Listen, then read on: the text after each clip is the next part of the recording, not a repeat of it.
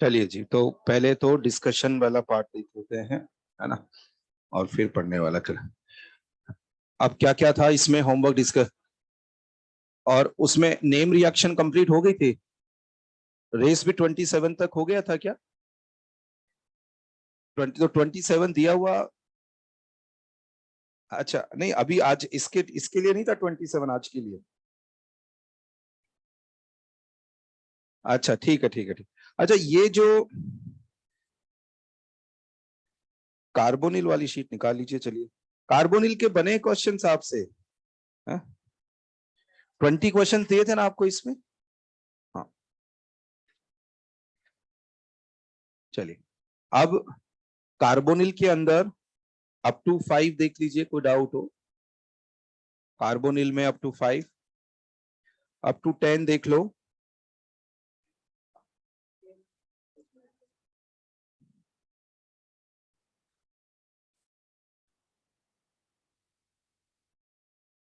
करे सॉल्व।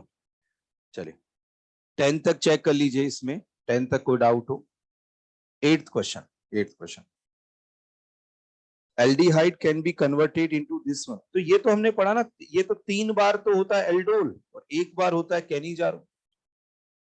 ये exercise O1 question number 8 जो ये रहता है CH3CHO, ये अपने कॉपी में ये सॉल्व किया। और ये इंपॉर्टेंट क्वेश्चन है भाई, कि यहाँ पे हम लोग इसको एक्सेस में ले लेते हैं। तो ऐसे केस में ये देखो 3 अल्फा हाइड्रोजन, याद आया क्वेश्चन? तो 3 अल्फा हाइड्रोजन, तो ये काफी पॉपुलर क्वेश्चन भी है। तो ऐसे केस में 3 बार तो एल्डोल होगा, तो CH2OH, यहां CH2OH, यहां CH2OH और ये CHO। तो यहां पे 3 टाइम्स एल्डोल हो जाएगा यहां। और उसके बाद में बताओ कौन सी रिएक्शन हो जाएगी? Cannizzaro reaction. कैनिजारो रिएक्शन से ये CHO ग्रुप भी CH2OH में कन्वर्ट हो जाएगा। तो आपको कोई भी क्वेश्चन पूछे, ये पूछे कितनी बार एल्डोल हुआ या कितनी बार कैनिजारो, क्वेश्चन को अच्छे से पढ़ो और फाइनल प्रोडक्ट को यहाँ पे टिक कर दीजिए। अप टू 10 और कोई डाउट है देख लीजिए। अच्छा 20 तक अब चेक कर लीजिए। 16th क्वेश्चन में ये प्रोडक्ट बना formed by the reaction of this one with ethanol. तो ये बनने वाला क्या है? तो यहाँ पे बनने वाला क्या है? तो अब इसमें तो यार देखो, हमने ये जानते हैं। अब इसमें कैटेगराइज कर लो आप कि यहाँ पे OR है तो जनरल टर्म देते हैं हम लोग एसिटल, और यहाँ पे ऐसा कुछ है तो क्या टर्म देते हैं? Hemiacetal. अब रही बात कीटल, तो मैंने आपको एक बार क्लियर कर दिया था कि पहले कीटोन के रिस्पेक्ट में कीटल, एल्डिहाइड के रिस्पेक्ट में एसिटल। आजकल सिंपल एसिटल ही यहाँ सबको बोल देते हैं। तो अब देखो जो यहाँ प्रोडक्ट बना हुआ है उसके अंदर इस तरह का कार्बन देखो जिसपे 2 ऑक्सीजन लगे हैं। जो स्ट्रक्चर देखो, फर्स्ट वाली जो स्ट्रक्चर है, तो ऐसा कार्बन जिसपे 2 ऑक्सीजन लगे हैं, तो आपको पता चल जाएगा ये हेमी एसिटल यहाँ है। देखिए आप, यहाँ ये रहा, और इसके अंदर यहाँ क्या है? CH, एक तरफ क्या आ गया? OH, और एक तरफ क्या आ गया? OCH2CH3। तो देखो ये कार्बन, यहाँ ऑक्सीजन, यहाँ ऑक्सीजन, यहाँ हाइड्रोजन, बताओ क्या हो जाएगा? Hemy acid. 20 तक और चेक कर सकते हैं। 20 तक कोई डाउट? ये बनाना चाहिए भाई, अच्छे क्वेश्चन हैं, बहुत छोटे छोटे क्वेश्चन इस तरह से। ठीक है, इसमें कोई डाउट है तो बोलिएगा। चलो, तो अब यहां से आगे पढ़ते हैं हम लोग। अब अगली आज की क्लास के एंड, हाँ चलिए, ऑनलाइन किसी ने पूछा है डिस्टिलेशन क्या करता है? इसका मतलब होता है हीटिंग से मतलब रहता है। जैसे ड्राई डिस्टिलेशन है ना, जैसे एक तो होता है फ्रैक्शनल डिस्टिलेशन, उसमें भी हम लोग हीट करते हैं। फ्रैक्शनल डिस्टिलेशन में हीट करते हैं और जो मिक्सचर है उसको सेपरेट करते हैं। अब कहीं पे ऐसा लिखा हुआ जाए सिंपल डिस्टिलेशन या जैसे ड्राई डिस्टिलेशन, मतलब उसको हीट करना, उस है ना, उससे हीट करके और उससे जो प्रोडक्ट बन रहा होता है, तो वहां पे मतलब ये है। चलिए, अब यहां तक की ये तो बात डिस्कशन। अगले वीक में हमें डिस्कशन कैसे क्या रखना है उस पर हम लोग बात करेंगे क्लास के एंड में। और यहाँ आगे बढ़ते हैं। देखिए देखो, लास्ट में हमने RCN का हाइड्रोलाइसिस तक पढ़ लिया था यार, है ना? चलो अब इस चैप्टर को आगे बढ़ाते हैं। अगले वीक तक ये कंप्लीट हो जाएगा, एमीन्स तक का पार्ट, कार्बोक्सिलिक एसिड तक का ये सारा, फिर एरोमेटिक तक में जाएंगे, है ना। अगले 3 लेक्चर अपने को और चाहिए।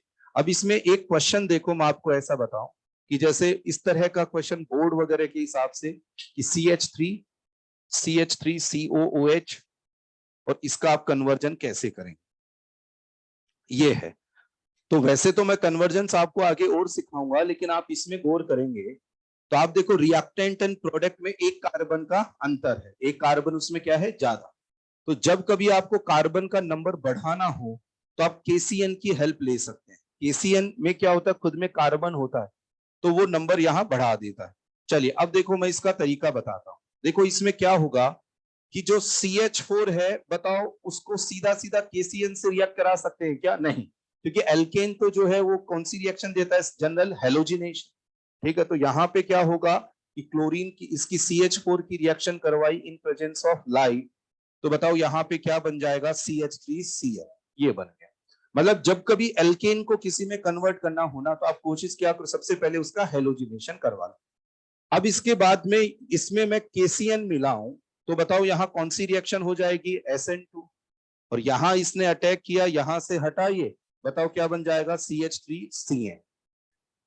और अब देखो लास्ट क्लास में हमने क्या पढ़ा था सबसे एंड में, कि CN का हाइड्रोलाइसिस करवाया जाए, तो बताओ क्या बन जाएगा यहाँ पे, CH3COOH, यहाँ पे ये बन जाए, है ना।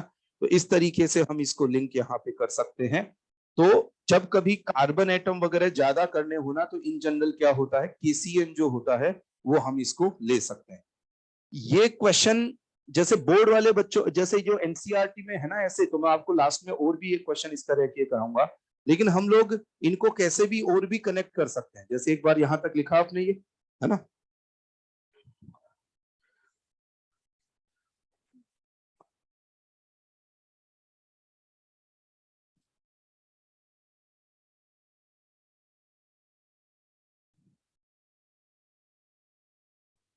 देखो अब यहाँ पे एक और तरीका क्या हो सकता है, कन्वर्जेंस कोई फिक्स नहीं होते, वो इसी तरीके से कर। तो यहाँ पे लिया मैंने मैग्नीशियम ईथर, बताओ क्या बन जाएगा, बोलो, CH3 Mg Br।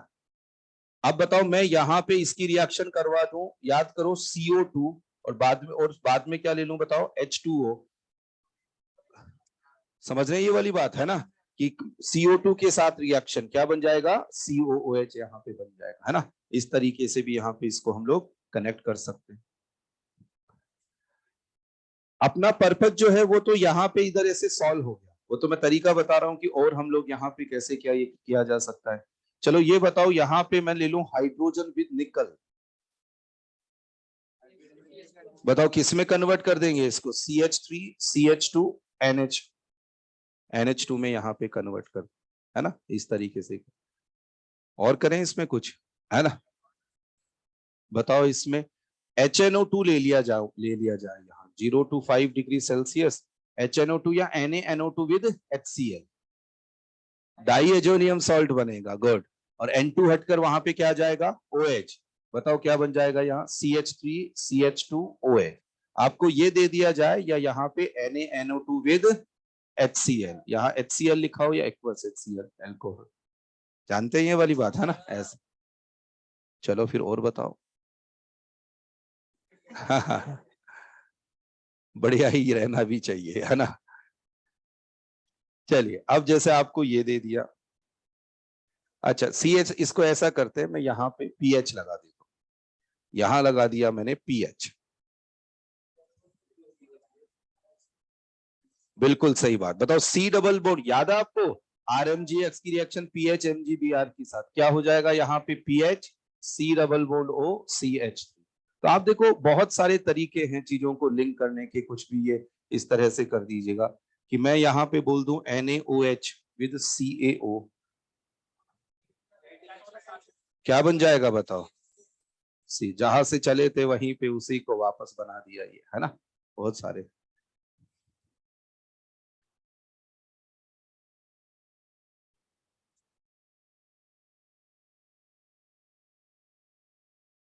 Sodium with dry ether, कौन सी रिएक्शन बताओ, वुड्स रिएक्शन क्या बन जाएगा यहाँ, CH3 यहाँ पे ये बन जाएगा, है ना, ये बन जाएगा। तो बहुत बहुत तरीके हैं। इसमें हमें क्लोरीनेशन करवाना है तो क्या ले लूं बताओ, Cl2 विद लाइम, क्या बन जाएगा यहाँ, CH3CH2Cl। अब ये बताओ इसके अंदर मैं ले लूं alcoholic KOH with heating, E2 elimination, क्या हो जाएगा, CH2 डबल बॉन्ड CH। बताओ मैं कर दूं ब्रोमिनेशन इसका, CH2Br CH2Br, और यहां पे मैं ले लूं, फर्स्ट में ले लूं एल्कोहलिक KOH, सेकंड में ले लूं मैं NaNH2, क्या हो जाएगा ये, CH ट्रिपल बॉन्ड CH। यहां पे ले लिया जाए रेड हॉट आयरन ट्यूब, क्या बन जाएगा यहाँ पे, बेंजीन। एक्चुअली अब मैंने आपको एरोमेटिक पढ़ा रखा होता ना तो इधर में चालू हो जाता, आपको मैं एमीन्स एमीन्स मैंने आपको नहीं पढ़ा रखा, है ना, इधर से आगे स्टार्ट ये हो जाओ, है ना। और यह अब यहाँ पे हा? किसके थ्री, इस वाले के, हाँ लेकिन ऐसा ही लिखा हुआ है, फिर भी बेंजीन बना दिए बना दिए बना दिए कोई वो नहीं है कि आपको थ्री लिख के दे, है ना।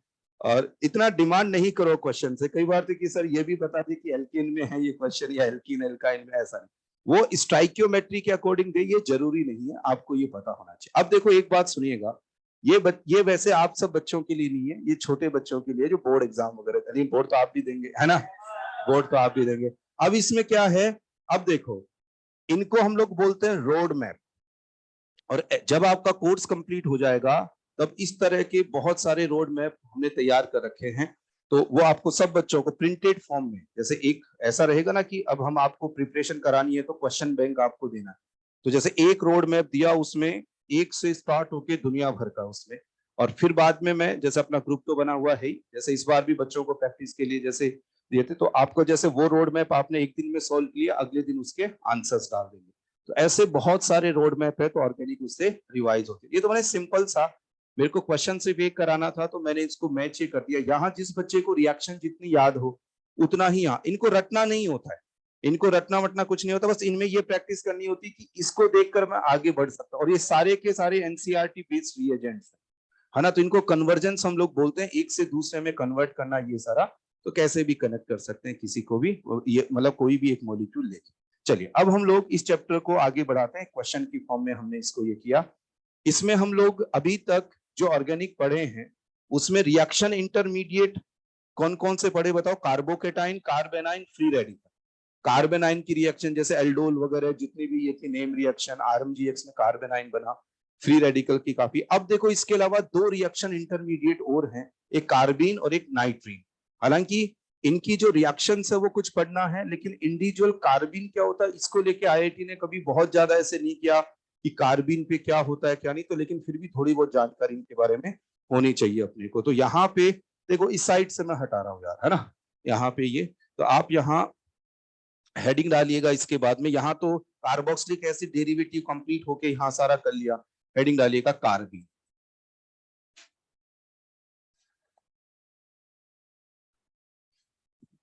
कार्बीन्स, कार्बीन यहाँ पे हेडिंग डाल लो और यहाँ लिखो फटाफट फटाफट, कार्बीन हेडिंग डाल के लिखो, कार्बीन्स आर,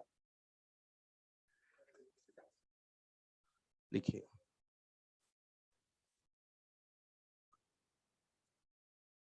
चलिए, carbenes are neutral species, carbenes are neutral species containing a carbon atom, carbines are neutral species containing a carbon atom with 6 valence electron, with 6 valence electron।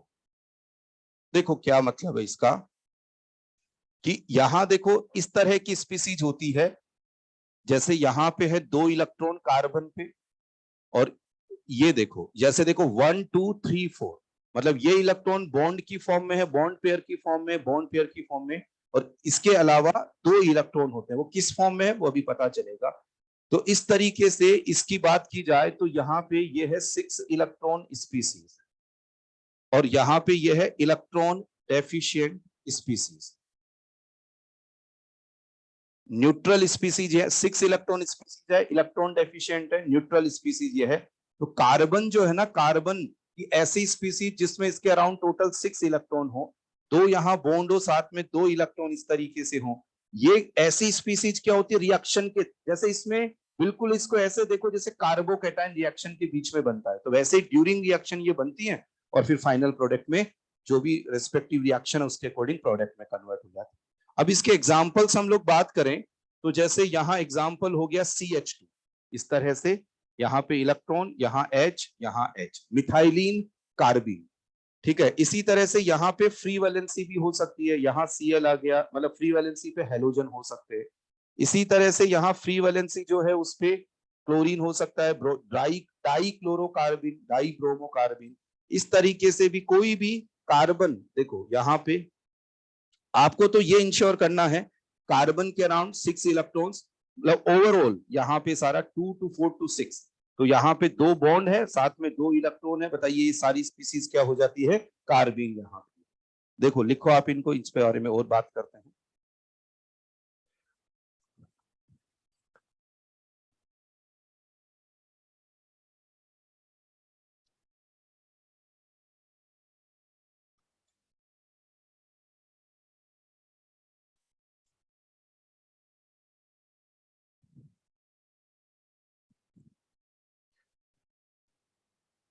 आगे आप नोट कर लो इसको।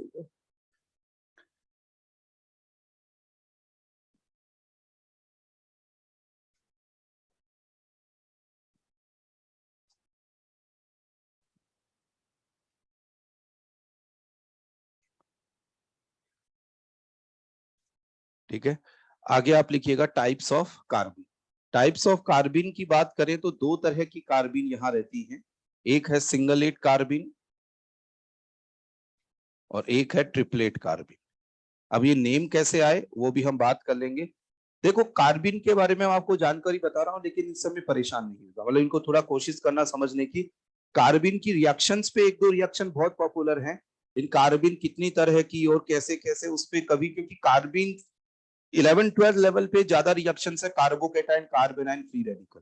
अब जैसे जैसे 12th लेवल से ऊपर जाते जाओ तो बहुत सारी चीजें आती जाती है, तो आगे जाके इन पे काफी कुछ स्टडी करते हैं। अब देखो सिंगलेट कार्बिन मतलब क्या, तो देखो समझना कि इसको हम लोग ऐसे बता सकते हैं कि ऐसी कार्बिन जिसके अंदर हम लोग बोले कि दोनों के दोनों इलेक्ट्रॉन जो हैं वो एक ही ऑर्बिटल में रहे, साथ में रहे, तो उसको हम लोग सिंगलेट कार्बिन बोलते हैं। देखो इसको मैं इस तरीके से भी रिप्रेजेंट कर सकता हूं कि ये है कार्बिन और इसमें क्या है कि ये हो गए बॉन्ड, मतलब टोटल बताओ कार्बन का यदि आउटर शेल देखे 2s, ये 2p, तो बताओ यहाँ कितने ऑर्बिटल्स हैं, टोटल 4।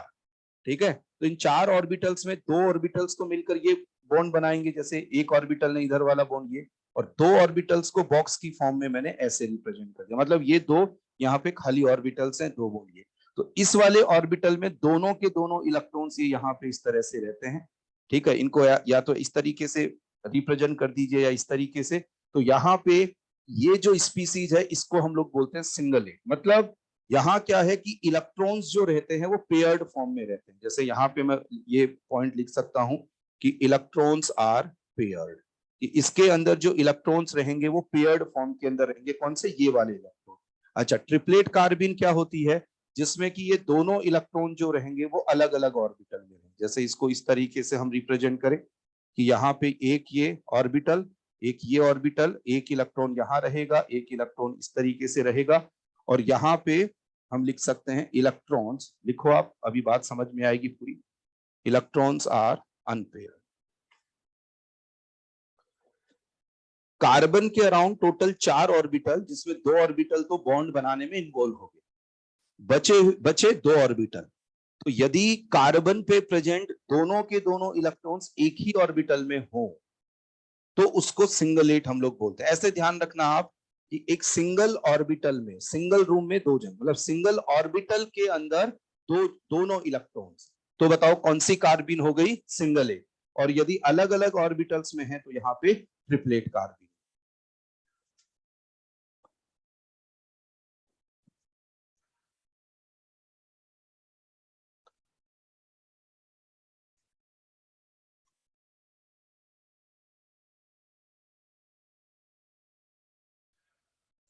देखिए और बात करते हैं इसमें, लिखिएगा सिंगलेट एंड ट्रिपलेट कार्बिन जो है उसमें एक तो हमने पॉइंट यहाँ पे ये देखा, या मतलब इस तरह को पॉइंट टू पॉइंट आप नोट कर सकते हैं कि इस तरीके से इलेक्ट्रॉन्स अरेंज रहते हैं, पेयर्ड फॉर्म में इलेक्ट्रॉन्स रहे, एक सिंगल ऑर्बिटल में इलेक्ट्रॉन्स रहे तो सिंगलेट, ठीक है। अच्छा सेकंड पॉइंट यहाँ पे हम लोग देखते हैं कि ये जो सिंगलेट कार्बिन है उसका sp2 हाइब्रिडाइजेशन होता है, sp2 hybridized, singlet carbene is sp2 hybridized. अब देखो sp2 हाइब्रिडाइज है तो बताओ कितने हाइब्रिड ऑर्बिटल्स लेंगे, यहाँ पे 3 है ना, देखिएगा यहाँ पे एक हाइब्रिड ऑर्बिटल तो ये हो गया, और एक हाइब्रिड ऑर्बिटल ये, एक हाइब्रिड ऑर्बिटल ये, एग्जांपल के लिए मैं मतलब हाइब्रिड ऑर्बिटल पे यहाँ H लगा दिया, यहाँ पे ये है, और अब जैसे इसमें बच गया एक ऑर्बिटल जो इन्वॉल्व ही नहीं हुआ हाइब्रिडाइजेशन में, ये प्योर p ऑर्बिटल होता है। तो इसके अंदर जो दोनों इलेक्ट्रॉन्स होते हैं ना वो इस तरीके से इस हाइब्रिड ऑर्बिटल में होते हैं। यहाँ पे ये आप लिख लीजिएगा कि वैकेंट p ऑर्बिटल, और यहाँ पे ये रहता है हाइब्रिड ऑर्बिटल जिसमें दोनों इलेक्ट्रॉन्स आ रहे हैं, इस तरीके से ये। अब बताओ ट्राइगोनल प्लेनर का तो बॉन्ड एंगल कितना आ जाता है 120। अब यहाँ पे लॉन पेयर है तो बॉन्ड एंगल क्या हो जाएगा, कम हो जाएगा। तो अब यहाँ पे एक रेंज की बात कर लेते हैं क्योंकि हाइड्रोजन की जगह अदर एटम्स भी हो सकते हैं, तो 100 से लेके 110 डिग्री तक यहाँ बॉन्ड एंगल ऑब्जर्व होता है इसके। तो sp2 हाइब्रिडाइज सिंगलेट कार्बिन जो है, सिंगलेट मतलब दोनों इलेक्ट्रॉन एक सिंगल ऑर्बिटल में, sp2 हाइब्रिडाइज होती है। और ट्रिपलेट की बात करेंगे तो ये sp और sp2 हाइब्रिडाइज्ड, दोनों तरह से ये मिलते हैं। अब इसमें क्या रहेगा, sp की बात करें तो लीनियर, जैसे ये तो sp मतलब दो हाइब्रिड ऑर्बिटल है। अब बचे क्या बताओ, दो प्योर p ऑर्बिटल, एक प्योर p ऑर्बिटल ऐसे, और बताओ एक इसके क्या हो जाएगा परपेंडिकुलर। अब इसमें जो इलेक्ट्रॉन्स होते हैं ना वो इन ऑर्बिटल्स में ऐसे अलग अलग इलेक्ट्रॉन्स यहाँ पे इस तरह से, ठीक है। तो इसका sp हाइब्रिडाइजेशन हो गया, बॉन्ड एंगल 1A।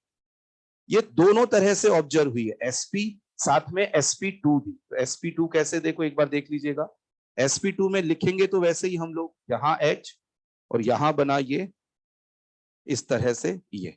अब इसमें इलेक्ट्रॉन्स का ओरिएंटेशन कैसे होता है, एक इलेक्ट्रॉन इसमें, एक इलेक्ट्रॉन इसमें, यहाँ ये sp2। अब एक बार देखिएगा आप, देखो ये बताओ यहाँ दो इलेक्ट्रॉन्स है इस हाइब्रिड ऑर्बिटल में, एक इलेक्ट्रॉन, तो बताओ रिपल्शन ज्यादा इन बॉन्ड पेयर पे, रिपल्शन ज्यादा किसका लगेगा, इसका लगेगा। तो यहाँ बॉन्ड एंगल यदि इतना आ रहा है तो बताओ ये वाला बॉन्ड एंगल इसके कंपेयर में क्या आएगा, ज्यादा है ना। तो ऐसे केस में यहाँ बॉन्ड एंगल है 130 टू 150, यहाँ इतना बॉन्ड एंगल ये रहता है। तो ये जानकारी के लिए है यार। अब इसमें कार्बिन के बारे में थोड़ा बेसिक हम लोग जाने तो इस तरह से ये रहता है कि एक तो एक ऐसी कार्बिन होती है जिसमें इलेक्ट्रॉन पेयर्ड फॉर्म में रहते हैं और एक में अनपेयर्ड। थोड़ा बहुत इसमें हाइब्रिडाइजेशन इस तरह की क्या शेप वगैरह है इस पे हम लोगों ने बात की।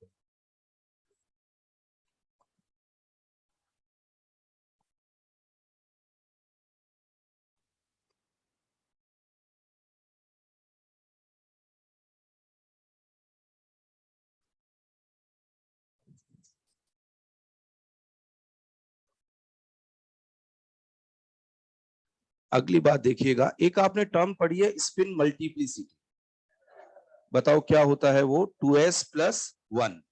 अच्छा अब ये बताओ इसमें ऑर्बिटल्स में मतलब दोनों इलेक्ट्रॉन एक ही ऑर्बिटल में है, तो बताओ टोटल स्पिन इसमें कितना हो जाएगा, 0। तो बताओ यहाँ पे 0 पुट करेंगे तो बताओ क्या क्या बन के आएगा, यहाँ पे 1। तो बताओ इस वजह से इसको क्या नेम दिया गया है, सिंगल।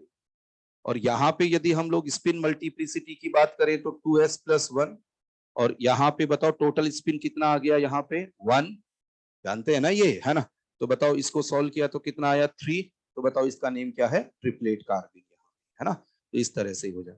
बाकी तो कुछ चीजें ऐसी हैं जो दोनों में कॉमन है, दोनों में कॉमन क्या है, दोनों ही इलेक्ट्रॉन डेफिशिएंट है, दोनों की दोनों ही। अच्छा और भी जैसे देखो अंतर और क्या बोल सकते हैं हम लोग, एक बार इतना तो लिखो, स्पिन मल्टीप्लिसिटी से इनके हम लोग नेम दे देते हैं कि दोनों ही एक ही ऑर्बिटल में रहेंगे, सिंगलेट अलग अलग ट्रिपलेट। आप बता सकते हैं इन दोनों में लुईस एसिड की तरह कौन बिहेव करेगा, लुईस एसिड कौन होता है, जो लॉन पेयर ले, लोन पेयर लेने के लिए खाली ऑर्बिटल होना चाहिए। आपको पता है 2 मैक्सिमम इलेक्ट्रॉन आएंगे, ना तो ये लोन पेयर ले सकता ना ये। तो बताओ सिंगलेट कैसा बिहेव करेगी एज ए लुईस ऐसे। तो आप यहाँ पे एक पॉइंट ये लिख सकते हैं,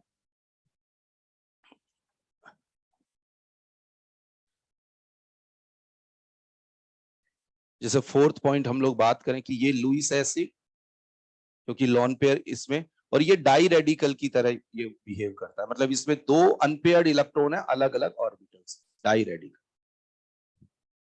आप बता सकते हैं इन दोनों में पैरामैग्नेटिक कौन सा है? ट्रिपलेट ये हो जाए, है ना। हाँ, तो ये अंतर भी चाहे लिख लो कि फर्स्ट वाला डायमैग्नेटिक है, सेकंड वाला पैरामैग्नेटिक।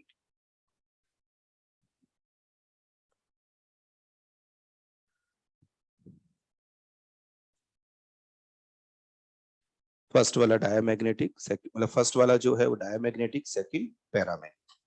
चलो अब देखो एक बात, अब ये कंपैरिजन तो हो गया कंप्लीट। अब यदि मैं इन दोनों की स्टेबिलिटी को बात करूं, ठीक है, तो यहां पे ये देखा गया कि इन जनरल ट्रिपलेट कार्बिन जो होती है वो सिंगलेट से मोर स्टेबल होती है। हालांकि कुछ केसेज हम लोग देखेंगे जहां पे और भी बात रहती है, तो आप थोड़ा रीजन बता सकते हैं कि किस बात, कैसे हम लोग इसको एक्सप्लेन कर सकते हैं कि ट्रिपलेट यहाँ मोर स्टेबल हो। तो यहाँ पे रिपल्शन से हम बता सकते हैं। देखो यहाँ पे ऐसा ऑर्बिटल है जिसमें 2 इलेक्ट्रॉन है, तो यहाँ बॉन्ड पेयर और इसके बीच में रिपल्शन क्या लगेगा? ज्यादा, और यहाँ रिपल्शन कम। और वैसे भी जो हुंस रूल होता है उसके अकॉर्डिंग इलेक्ट्रॉन्स यहाँ एक एक ऑर्बिटल में इस तरह से भरे गए, तो यहाँ पे एक तरह से स्टेबिलिटी वाली बात है। तो अब ये कंपैरिजन कंप्लीट हो गया। नीचे जो है ना एक पॉइंट लगा के लिखो, नोट लगा के, कि ऐसा लिख लो कि in general triplet कार्बिन, in general triplet carbene is more stable, in general triplet carbene is more stable than singlet carbene, triplet carbene is more stable than singlet carbene। और रीजन क्या है? वही रिपल्शन वाली बात हो जाएगी कि यहाँ पे सिंगलेट में lone pair and bond pair के बीच में यहाँ जो रिपल्शन है वो ज्यादा है, इसमें रिपल्शन कम है, और हुंस रूल के अकॉर्डिंग इलेक्ट्रॉनिक कॉन्फ़िगरेशन एक तरह से इलेक्ट्रॉन्स का को फिल किया गया है।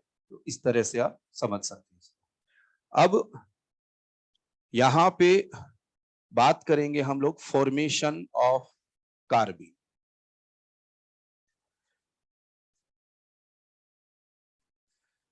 देखो फॉर्मेशन ऑफ कार्बिन आपको यहां कहां काम आएगा कि जैसे देखो कुछ एक रिएक्शंस हैं, जैसे मान लो डिहाइड्रेशन ऑफ एल्कोहल, इसमें बताओ कि ज्यादातर क्वेश्चन कैसे हैं कि ये रिएक्टेंट है, प्रोडक्ट क्या बनेगा। एक आधा कोई क्वेश्चन ऐसा मिल सकता है जिसमें 4 ऑप्शन बना दे कि इसमें E1 मैकेनिज्म फॉलो होती है, कार्बोकेटाइन ऐसा बनता है ना, थ्योरी का कोई क्वेश्चन। तो वैसे ही कार्बिन को लेके अपने को वो क्वेश्चन मिलेंगे कि रिएक्टेंट है, प्रोडक्ट है, बस वो वाली बात। लेकिन मान लो एक आधा क्वेश्चन को इस तरह का रहा जिसके अंदर की कार्बिन जो है वो कार्बिन से रिलेटेड बात पूछ ली कि इस रिएक्शन में इंटरमीडिएट कार्बिन है, फिर कार्बिन से रिलेटेड एक आधा स्टेटमेंट और दे दिया, तो उन सब बातों के लिए हम लोग यहाँ देख रहे हैं। फिर इससे हमें पता भी चलेगा रिएक्शन में कि कहाँ कार्बिन से रिएक्शन हो रही। तो यहाँ फॉर्मेशन ऑफ कार्बिन में लिखिएगा फर्स्ट फ्रॉम डाइएजोमीथेन,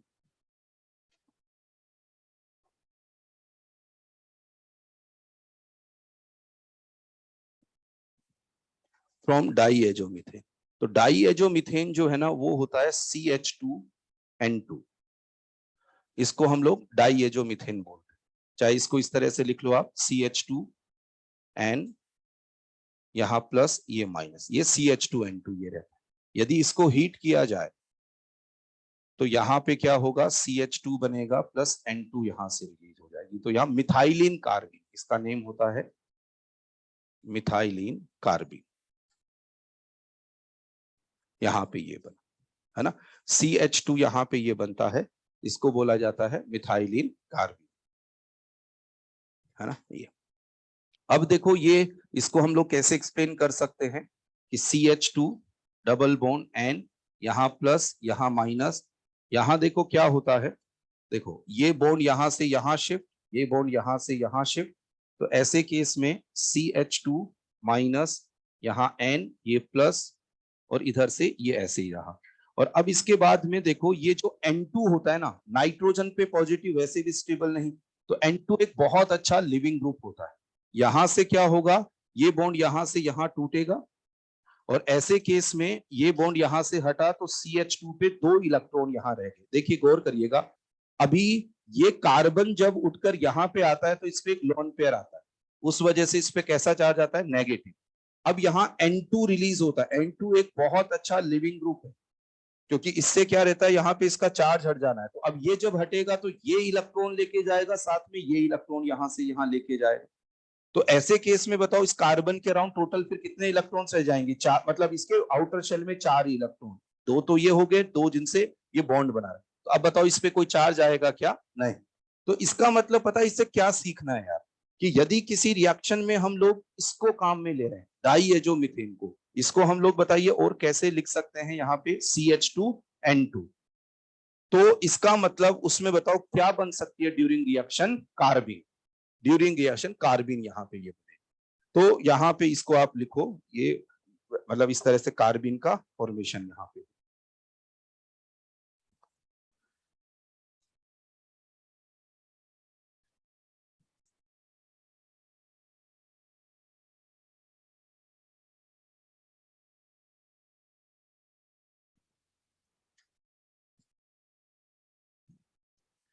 ये जो रहता है N2 रहता है एक गुड लिविंग ग्रुप होता है, यहां से रिलीज होकर ये,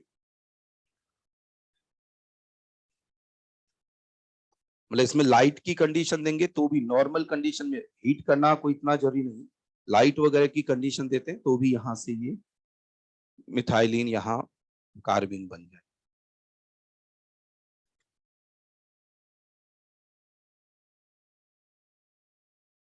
फ्रॉम क्लोरोफॉर्म, क्लोरोफॉर्म के थ्रू भी कार्बिन बनती है।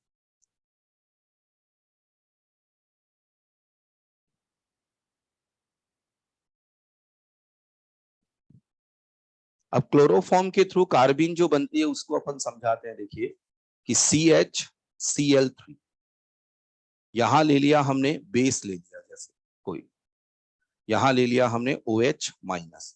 अब देखो यार यहाँ पे एक स्लोट में इसको समझा सकते हैं कि ये बेस यहां से H लेगा तो ये इलेक्ट्रॉन यहां आएंगे और यहां से Cl को हटा देंगे, इस तरह से। बाकी इसको ऐसे पार्ट्स में भी समझा सकते हैं कि यहाँ पे आ गया नेगेटिव, यहाँ Cl, क्योंकि नेगेटिव आने की टेंडेंसी इन सब केस में इसलिए थोड़ी हो जाती है क्योंकि यहाँ पे वैकेंट ऑर्बिटल है, तो वो डी ऑर्बिटल रेजोनेंस यहाँ शो करता है। लेकिन अब क्या रहता है कि ये स्टेबल स्पीसीज नहीं होती, तो यहाँ से मतलब स्टेबल इन द सेंस इसको ये बोले कि यहाँ नेगेटिव चार्ज और यहाँ पे ये जो एटम है यहाँ लोन पेयर, यहाँ रिपल्शन, तो यहाँ से क्या होगा कि ये Cl यहाँ से रिलीज होगा और Cl रिलीज होकर यहाँ जो स्पीसीज बनेगी वो इस तरह की बन जाएगी कि यहाँ पे जैसे ये हुआ, इधर ये, इसमें इलेक्ट्रॉन्स, यहाँ Cl, यहाँ Cl, एक तरह से। या एक काम करते हैं, मैं आपको पहले ये सिंपल ये बना देता हूँ कि यहाँ Cl, यहाँ Cl, ये इस तरह की स्पीसीज बनी। तो ये क्या बन गया, एक तरह से डाइक्लोरोकार्बीन। अब इसको डायरेक्ट भी आप बता सकते हैं ना, कोई हमें हमेशा ऐसे ही लिखे कोई जरूरी नहीं, ये तो मैंने थोड़ा आपको स्टेप वाइज स्टेप बताया।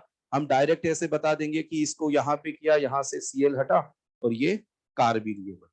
तो क्लोरोफॉर्म के अंदर बेस मिलाने पर इस तरह से कार्बिन बन जाती है एज ए रिएक्शन। तो अपने यहाँ 2 रिएक्शन है ऐसी जिसमें कि ये रिएजेंट काम में लेंगे, क्लोरोफॉर्म विद बेस। तो अपने को अपने आप समझ में आ जाएगा कि यार ये तो कार्बिन वाली रिएक्शन है ना। थोड़ा सा प्रैक्टिस में इस बात को लेना पड़ेगा। अब यहाँ जो ये कार्बिन है ना, इसके अंदर क्या है कि जैसे ये 2 इलेक्ट्रॉन इसके अंदर रहे, ये यहाँ पे ऐसे, अभी हमने बात की थी ये।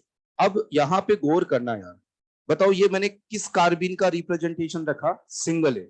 बताओ जनरली स्टेबल कौन सी होती है, ट्रिपलेट। एक्चुअली सिंगलेट फॉर्म में कार्बिन बनके और फिर वो वहां पे एनर्जी रिलीज करके ट्रिपलेट फॉर्म में कन्वर्ट हो जाती है, अलग अलग ऑर्बिटल्स में इलेक्ट्रॉन। लेकिन देखो गौर करना थोड़ा सा, ये टॉपिक है ना, थोड़ा फोकस करना पड़ेगा यार। और अभी फोकस करो, ध्यान से सुनो, उसके बाद में आपका टेस्ट हो जाए तो इसको पढ़ो, कोई बात आपको रिकॉल नहीं हो तो आप इसमें देख लीजिएगा।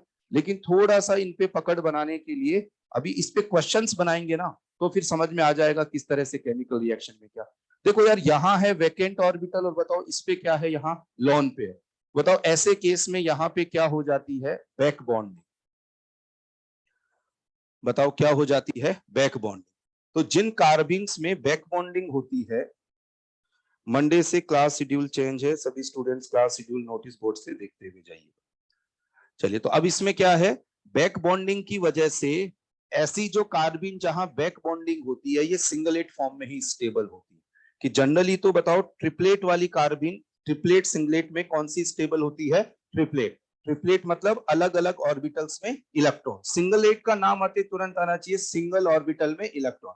लेकिन जहां बैक बॉन्डिंग हो जाए वहां पे कौन सी कार्बिन ज्यादा स्टेबल हो जाएगी? सिंगलेट। ये मतलब ये इसी फॉर्म में रिएक्ट करेगा।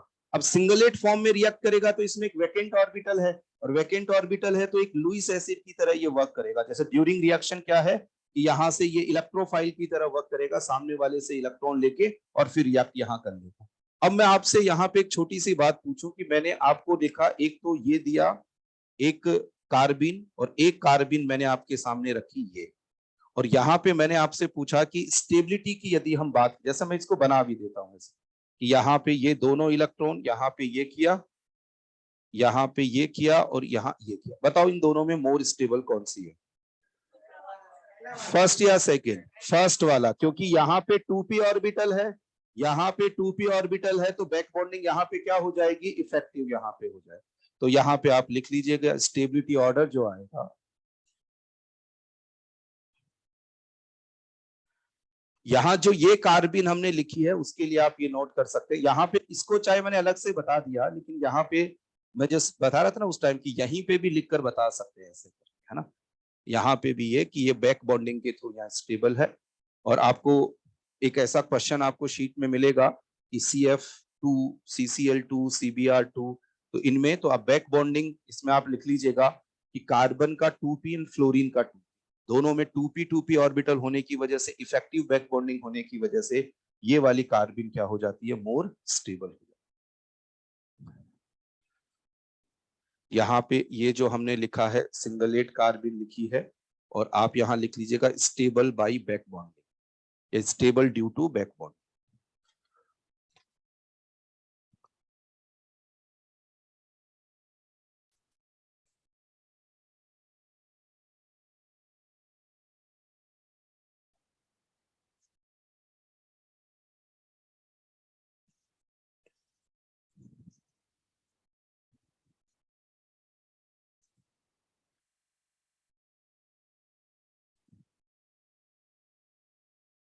अब हम बात करते हैं इस पे।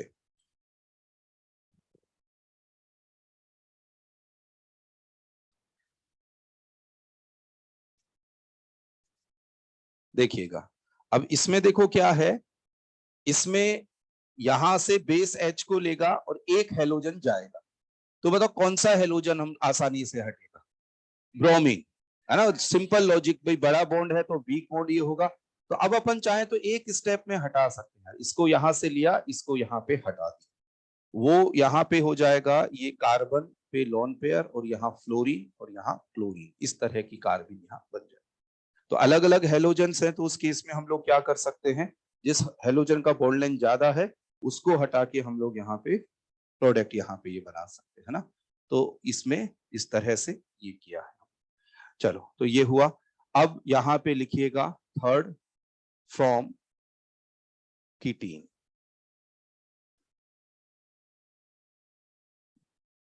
फ्रॉम कीटीन, कीटीन के अंदर हम लोग बात करें CH2C double bond O।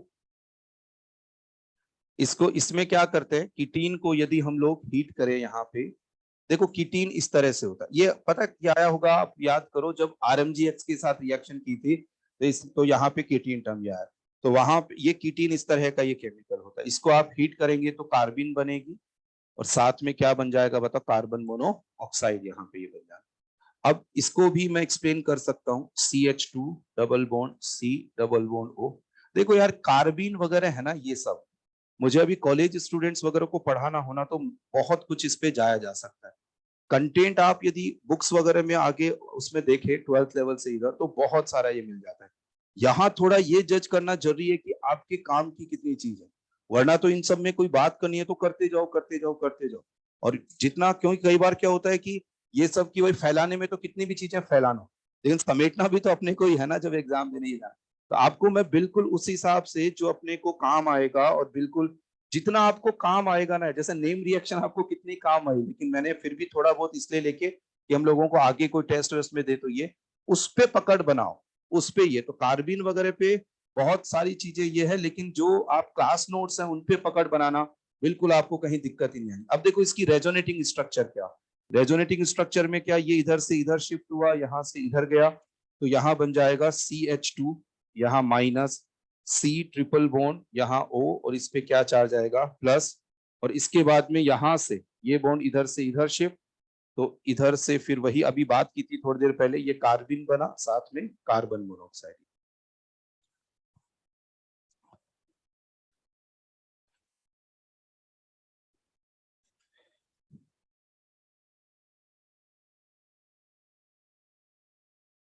Reactions of कार्बिन मतलब ऐसी रिएक्शंस जिसमें कार्बिन बन रहा होता है एज ए इंटरमीडिएट, वो मतलब है इससे। रिएक्शन जैसे कार्बोकेटाइन रिएक्शन जिसमें कार्बोकेटाइन एज ए इंटरमीडिएट।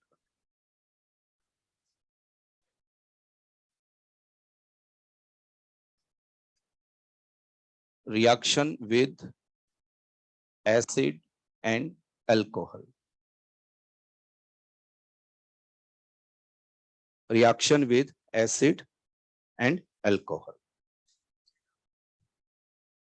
अब जैसे ये रिएक्शन है, इस पे बेस्ड क्वेश्चन है भैया, तो आपको क्वेश्चन ये मिलेगा इस पे बेस्ड, जो क्वेश्चन अभी तक मैंने आपको जानकारी दी ना कार्बिन से रिलेटेड, उसमें बस वो एक तो CF2 CCl2 का कंपैरिजन, हाइब्रिडाइजेशन वो सब का तो ऐसा कोई कोई मिले तो देख लीजिएगा, बाकी आपको बता तो सारा दिया ही। अब देखो ये रिएक्शन कैसे कि RCOOH प्लस CH2N2, यदि हम इस रिएक्शन की बात करें, चलो अब बताओ जो हमने पढ़ा, बताओ ये क्या जनरेट करेगा, CH2, क्या जनरेट करेगा ये CH2 कार्बिन। कार्बिन क्या करता है कि इंसर्ट हो जाता है, जब उसको मतलब प्रोडक्ट बनाना होता है, रिएक्टिव स्पीसीज होती है, ये जाके इंसर्ट हो जाएगा। अब ये इंसर्ट होगा तो क्या होगा कि यहाँ पे देखो ये एसिड है ना, तो CH2 जाके यहाँ इंसर्ट हो जाएगा, तो देखो प्रोडक्ट बन जाएगा RC डबल बॉन्ड O। अब बताओ CH2 गया, यहाँ क्या था H, बताओ क्या लग जाएगा यहाँ CH3, और यहाँ से क्या रिलीज हो जाना है N2। अब ये कैसे हुआ मैं आपको बताऊंगा, लेकिन देखो थोड़ा सा यह सोचेगा कि जब ये आ जाए, तो हमने अभी फॉर्मेशन ऑफ कार्बिन देखा, तो कार्बिन बना और CH2 क्या करता है जाके इंसर्ट हो जाता है, जैसे इसमें इस तरह से बना। लेकिन मैं आपको पूरा समझाता हूं, एक बार ये नोट करिए कि एस्टर बन गया यहाँ पे इस तरह से, लेकिन ये reaction important in the important वैसे नहीं, ये आपको इस पे क्वेश्चंस मिलेंगे, तो अपने को फिर आना चाहिए। अब इसकी मैकेनिज्म देखेंगे हम लोग, आप नोट कर लीजिएगा एक बार।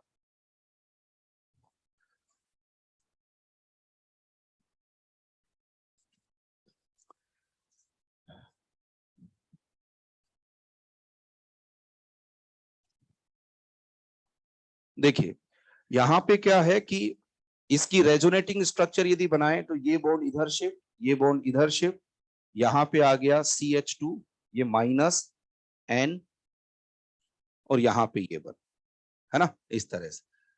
अब इसके बाद में यहाँ ये है कार्बोक्सिलिक एसिड, और कार्बोक्सिलिक एसिड की रिएक्शन जब हम लोग इससे कराएंगे, यहाँ N प्लस, यहाँ ये आया, तो बताओ देखो यहाँ क्या हो जाएगा, ये CH2 माइनस किस पे अटैक करेगा बताओ, H प्लस पे, है ना, तो H प्लस पे अटैक करेगा, तो यहाँ हो गया R। देखना एक बार है, देखना आप इसको क्या है डायरेक्ट आंसर करो, लेकिन ये पढ़ने से बिल्कुल हेल्प मिलेगी आपको।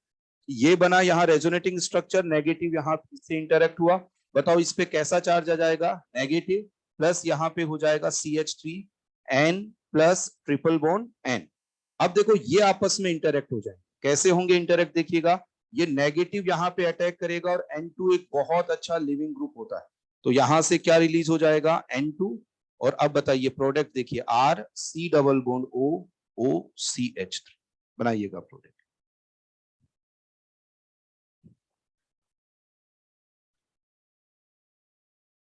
आप बिल्कुल समझ सकते हैं बहुत आराम से रिएक्शन यहाँ क्लियरली कैसे हो।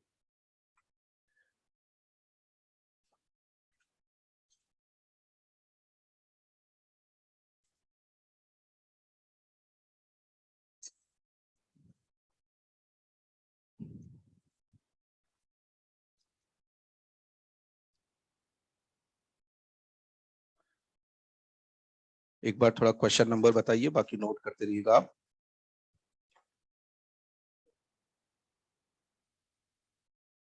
जो भी अपने कार्बोक्सिलिक एसिड में चल रहा है उस हिसाब से, या 1 नंबर लिख लें अपने, वो तो कोई दिक्कत ही नहीं, यहाँ से 1 नंबर भी लिख सकते हैं। अब देखो यहाँ क्वेश्चंस में आपको कुछ दे रहा हूं, आप उनको सॉल्व करिएगा।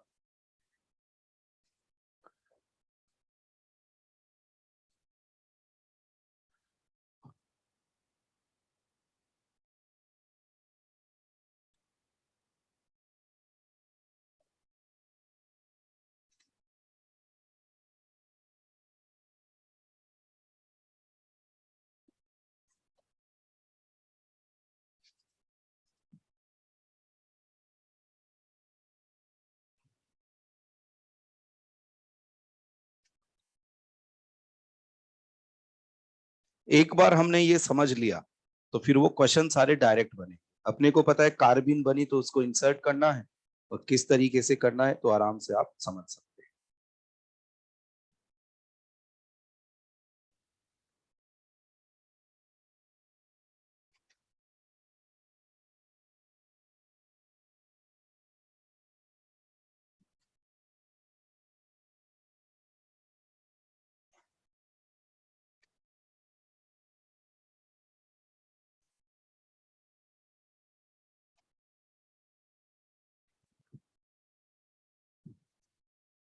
किया होगा सभी ने, है ना।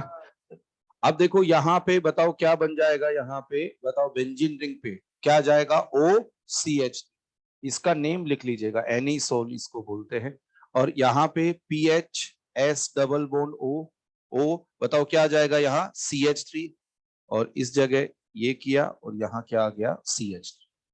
बताओ यार, ओवरऑल देखा जाए तो बहुत आसान रिएक्शन हुई है ना, कि वो ठीक है हमने डिटेल से सारा समझ लिया, लेकिन एक दो बार हमने पढ़ा ना, तो ये हो गया कि ये क्वेश्चन जिसमें देखो ये काफी पॉपुलर क्वेश्चन है फिनोल का, ये मिलता ही है इधर, ये कार्बोक्सिलिक एसिड पे यहाँ पे ये पूछ लेते हैं कि फिनोल में CH2N2 और यहाँ एनिसोल, और इन सभी की मैकेनिज्म को सेम इस तरह से ये समझा सकते हैं, तो आसान है ये समझने की दिक्कत। अब यहाँ रिएक्शंस ऑफ कार्बिन में सेकंड लिखिएगा,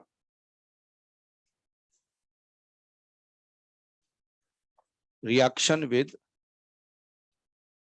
aldehyde and keto, reaction with aldehyde and keto,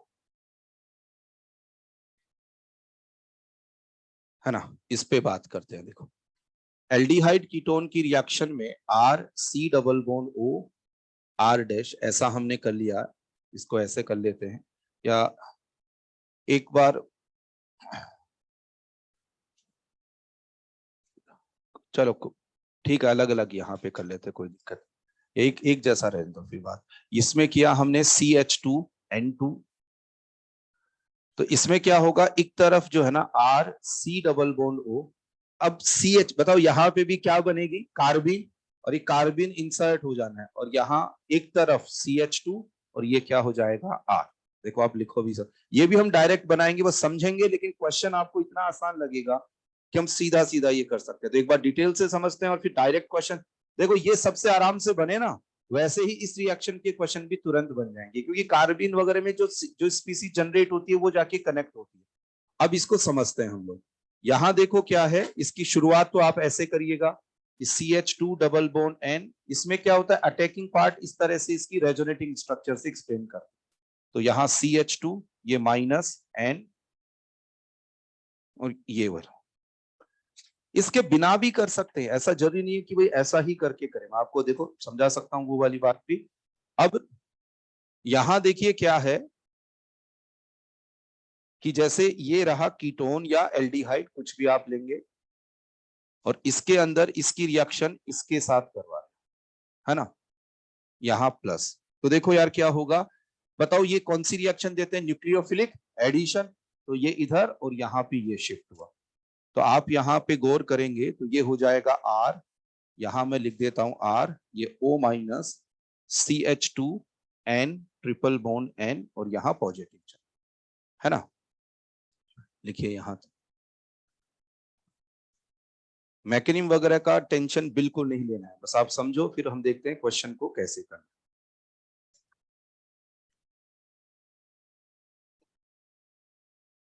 अब जो मैं आपसे अभी कुछ देर पहले कह रहा था कि ये जरूरी नहीं है कि मैं रेजोनेटिंग स्ट्रक्चर बना के ही यहाँ पे अटैक कराऊं, मैं डायरेक्ट भी करा सकता हूं।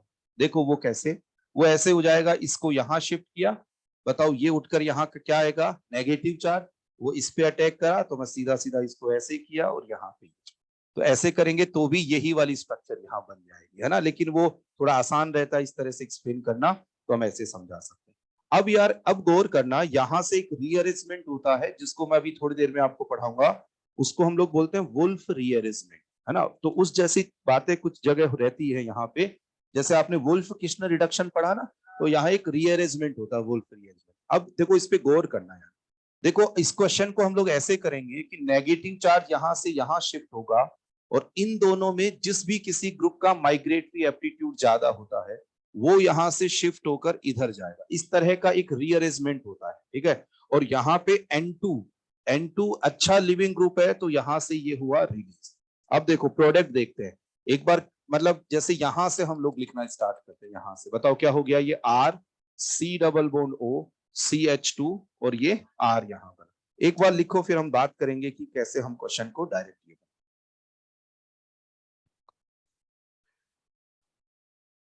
एक रीअरेंजमेंट प्रोसेस यहाँ पे हुआ जिससे कि जिसको आप माइग्रेटरी एप्टीट्यूड ज्यादा है वो ग्रुप यहां से शिफ्ट किया। देख लेना आप, जब ये ऐसा क्वेश्चन आप होमवर्क में करेंगे तो आप डायरेक्ट ही बनाएंगे। अब डायरेक्ट कैसे बनाना है उस पर बात करें। देखिए जैसे ये है कार्बोनिल कंपाउंड, और इस कार्बोनिल कंपाउंड में इस वाले ग्रुप का शिफ्टिंग हुआ है ना, यहाँ पे ये ग्रुप शिफ्ट हुआ है। तो जो देखो आप ये मतलब एक कोई, या इसको ऐसे समझो आप, देखो ध्यान देना यार, इन दोनों एल्काइल ग्रुप्स में से किसी एक alkyl group and C double bond O के बीच में क्या आया है बताओ, CH2। अब बताओ CH2 उस ग्रुप के बीच में आ रहा है, देखो ये माइग्रेट हुआ यहां से यहां, तो यहां बना C डबल बॉन्ड O, और जो ग्रुप माइग्रेट होकर इधर गया उसके बीच में बताओ क्या आ गया, CH2। तो इसका मतलब यहाँ पे और माइग्रेटरी एप्टीट्यूड का जनरल ऑर्डर क्या होता है बताओ, HPHR।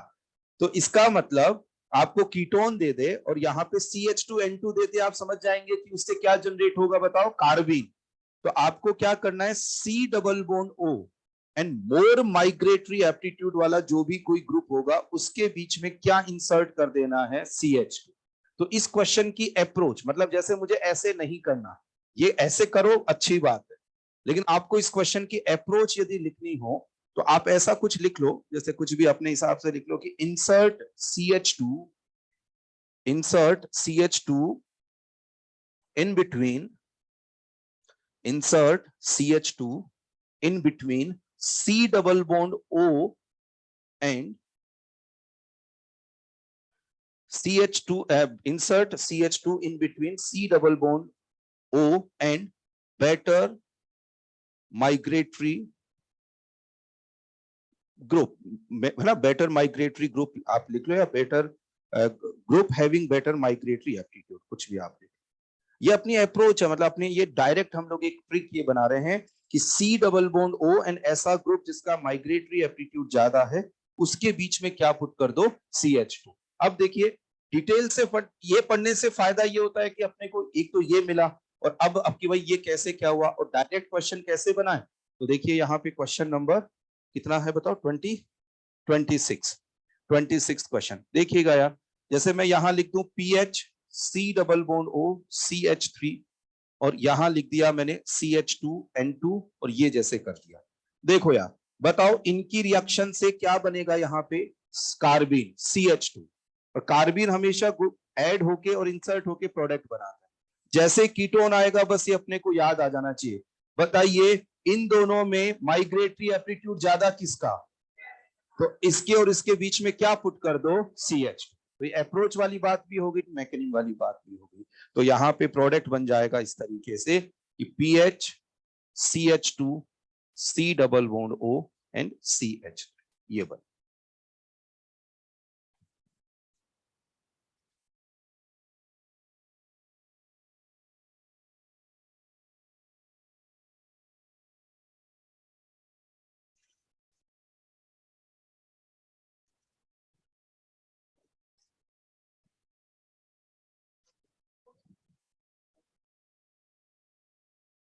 बनाए आपसे, है ना। तो ऐसे केस में बताओ C double bond O N H के बीच, है ना, क्योंकि H P H then R. तो देखिए यहाँ प्रोडक्ट बन जाएगा C H three C double bond O C H two, और यहाँ पे ये मतलब ये एक तरह से एसीटोन ये बन गया, है ना ये। चलिए आसान।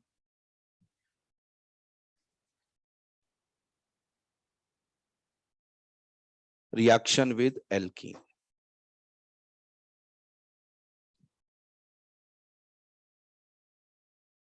अब एल्कीन में क्या होता है बताओ, डबल बॉन्ड, तो ये डबल बॉन्ड से जाके कनेक्ट हो जाता है, बस इतना सा इसमें रहता है। जैसे क्वेश्चन नंबर 28, यहाँ पे ये है एल्कीन, और यहाँ जैसे हमने ले लिया CH2 सी, ये ले लेते हैं देखो CH3 सी, क्लोरोफॉर्म लेते हैं ना CHCl3, और यहाँ बेस ले लिया। अब बेस आप OH माइनस ले लो, RO माइनस ले लो, मतलब आप जैसे आप मैंने टर्शी ब्यूटॉक्साइड ले लिया, ठीक है।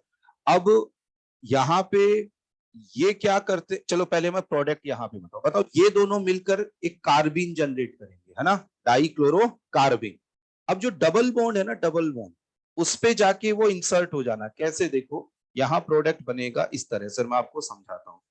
यहाँ ये बनाओ, ये Cl और ये Cl। यहाँ एक्चुअली कार्बिन रिएक्टिव स्पीसीज होती है, तो प्रोडक्ट ये बन जाएगा। मतलब कई बार होता है 3 मेंबर रिंग सर, इसमें तो स्ट्रेन होगा, लेकिन फिर भी कार्बिन क्योंकि बहुत ज्यादा रिएक्टिव है, तो उसके जैसे वुड्स रिएक्शन में मैंने बताया था फ्री रेडिकल्स बनते हैं, तो वो इतने रिएक्टिव होते हैं कि प्रोडक्ट में कन्वर्ट हो जाते हैं, चाहे उसकी स्टेबिलिटी जैसे भी आ रही हो, वहां देखते हैं।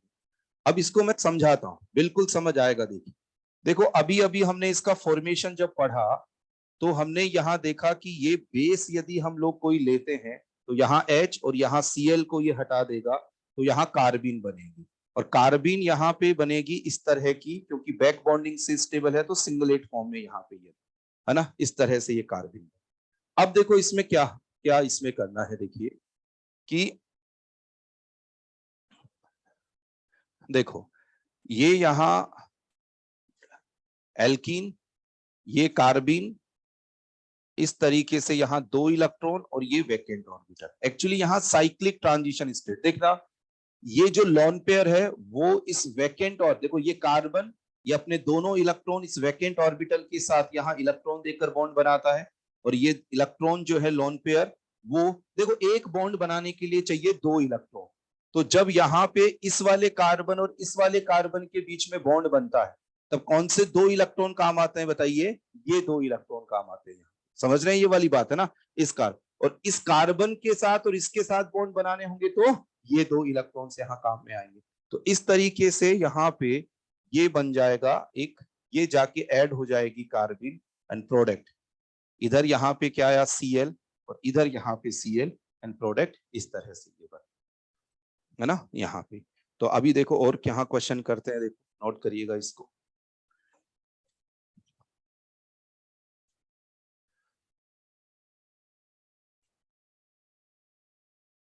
समझ पाए क्या यार, ये है ना, डबल बॉन्ड पे सीधा CCl2 को ऐड कर, उसने रिंग बनाई और 2 Cl इस तरह से।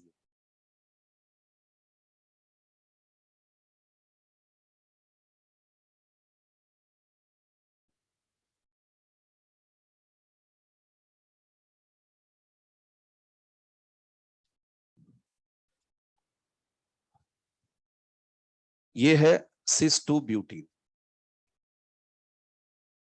अब इस क्वेश्चन में बताओ यहाँ पे क्या बना, कार्बिन, और वो जाके क्या हो जाएगा, डबल बॉन्ड पे कनेक्ट होके, और यहाँ पे कार्बन आ जाएगा, और दोनों जगह यहाँ पे क्या हो जाएगा, क्लोरीन। यहाँ पे आप सब कहां से आ रहे हैं, नहीं वो पढ़ रहे थे वो, सही है ना, नहीं नहीं वो कोई दिक्कत नहीं है, वो कोई वो नहीं है, लेकिन ये जैसे कुछ गर्ल्स भी काफी देर बाद में ये आए, है ना, ये सब, चलो कोई दिक्कत नहीं। तो इसके अंदर, है ना, तो इसके अंदर क्या है कि ये सिस, और यहाँ पे क्या बनेगा बताओ, कार्बिन यहाँ पे ये बनना। अब ये बताओ इसका एडिशन, यहाँ पे एडिशन क्या रहेगा, यहाँ पे सेम साइड से यहाँ पे ये जाएगा, है ना। तो देखिए प्रोडक्ट यहाँ पे कैसे ये बनेगा, इधर ये आया, इधर यहाँ पे ये, इधर यहाँ CH3 आ जाना है, यहाँ पे ये CH3, मतलब ये 1 मिनट रुकिएगा, इसमें अपन यहाँ चलो ठीक है, ये इधर से ये किया जो रिंग बन जाएगी ना, तो ये CH3 ये बना, इधर से यहाँ पे ये CH3 और इधर यहाँ ये Cl आ जाएगा और ये Cl। लिखो देखो मैं समझाता हूँ। और ये यहाँ बन जाएगा मीजो, क्योंकि दो कायरल कार्बन है, POS लगेगा तो कैसा प्रोडक्ट बन जाएगा यहाँ, मीजो। ये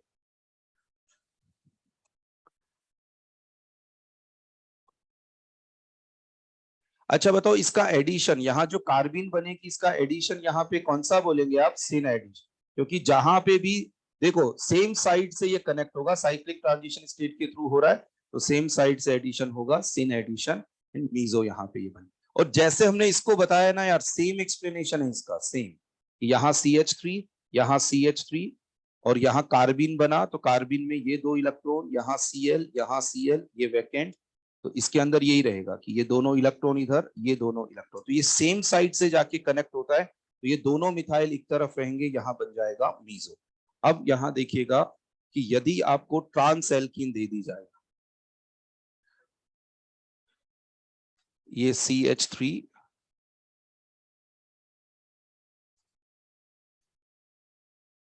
ये CH3 और ये ट्रांस एल्कीन, और इसमें हमने दे दिया यहाँ क्लोरोफॉर्म और यहाँ बेस लिख दिया कोई, और अब यहाँ प्रोडक्ट की बात करें। नहीं नहीं, यहाँ वो तो देखो ये है डबल बॉन्ड, तो ये डबल बॉन्ड प्लेनर होता है, ठीक है। अब जैसे ये मिथाइल यदि सिस फॉर्म में है तो इस तरह से रहेगा, देखो ये है ना, ये तो जाके सेम साइड से कनेक्ट होना है। देखिए जैसे वो वाला केस है, उसमें ये डबल बॉन्ड, यहाँ पे हमने क्या ले लिया, हाइड्रोजन, और इधर क्या ले लिया, जैसे मिथाइल, या इधर आप मिथाइल ले लो दोनों, तो इधर हाइड्रोजन। कार्बिन तो क्या सेम साइड से कनेक्ट होगी ऐसे। तो यहाँ पे जो प्रोडक्ट बनेगा वो लिखो, फिर मैं आपको समझाता हूँ। यहाँ पे क्या रहेगा, ये आएगा, एक तरफ तो आ जाएगा CH3 कोई सा भी, जैसे इसको इधर ले लेते अवे फ्रॉम द, ये इधर आ गया, ये किधर आ गया बताओ, टुवर्ड्स द व्यूअर। इधर यहाँ क्या आ जाएगा Cl, और इधर यहाँ क्या आ जाएगा Cl।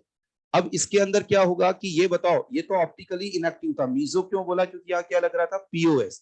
क्या ये ऑप्टिकली इनएक्टिव है क्या, नहीं, ऑप्टिकली एक्टिव। तो यहाँ प्लस माइनस, मतलब यहाँ बन जाएगा रेसेमिक मिक्सचर, मतलब ये बनेगा साथ में इसकी मिरर इमेज, वो मैं आपको एक्सप्लेन कर दूंगा कैसे, है ना। ये बनेगा यहाँ प्लस माइनस का मतलब एक डेक्स्ट्रो रोटेटरी, एक लीवो रोटेटरी, है ना, रेसेमिक मिक्सचर।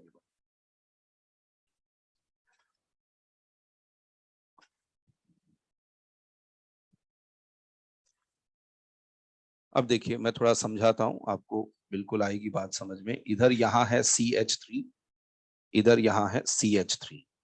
अब इसमें क्या है, कार्बन, क्या आप लिख रहे हैं उसको, हाँ लिख लीजिएगा, रेसमिक मिक्सचर आप उसमें लिख लीजिएगा।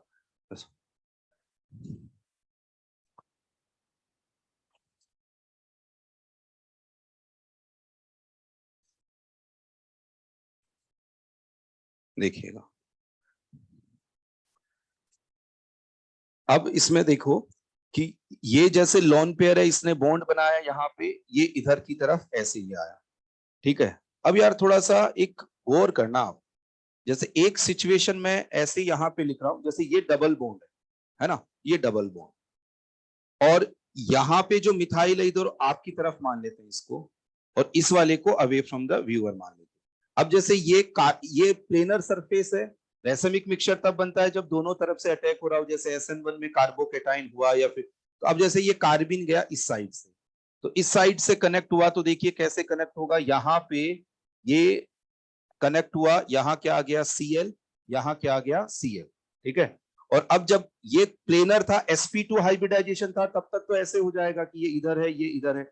जैसे यहाँ sp3 हुआ तो टेट्राहेड्रल के लिए ऐसा कर देंगे इसको, तो इधर ये तो किधर हो गया बताओ, अवे फ्रॉम द व्यूअर, ऐसे आ गया, टुवर्ड्स द व्यूअर हाइड्रोजन आ गया, और ये किधर की तरफ आ जाएगा बताओ, टुवर्ड्स द।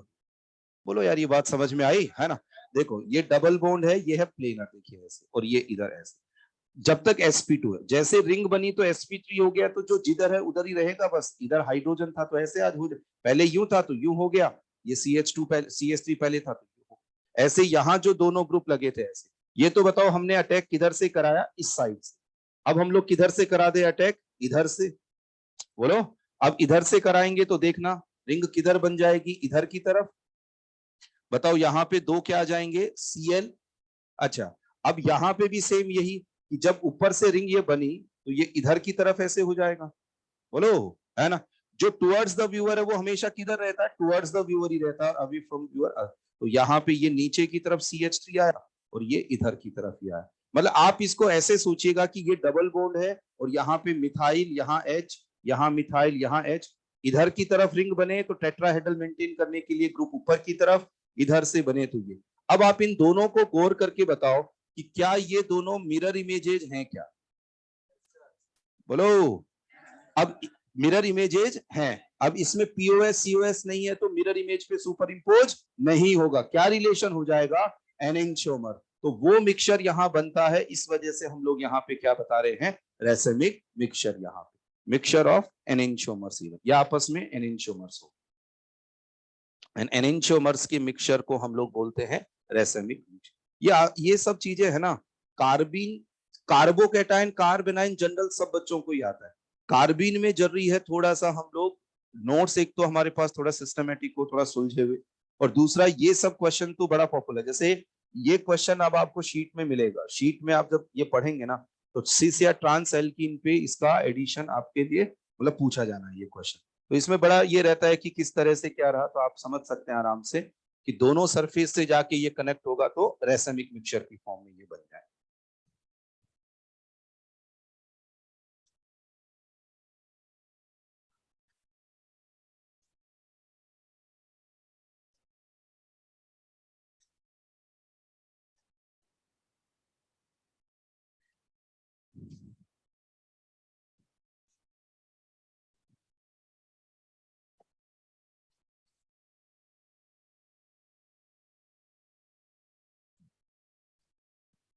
चलिए जी, अब नेक्स्ट क्वेश्चन पे आता है, इसको नोट कर लीजिए एक बार आप।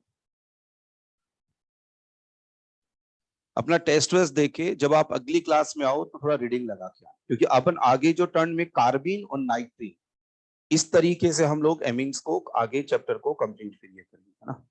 चलिए जी, अब देखो इस क्वेश्चन पे बात करते हैं।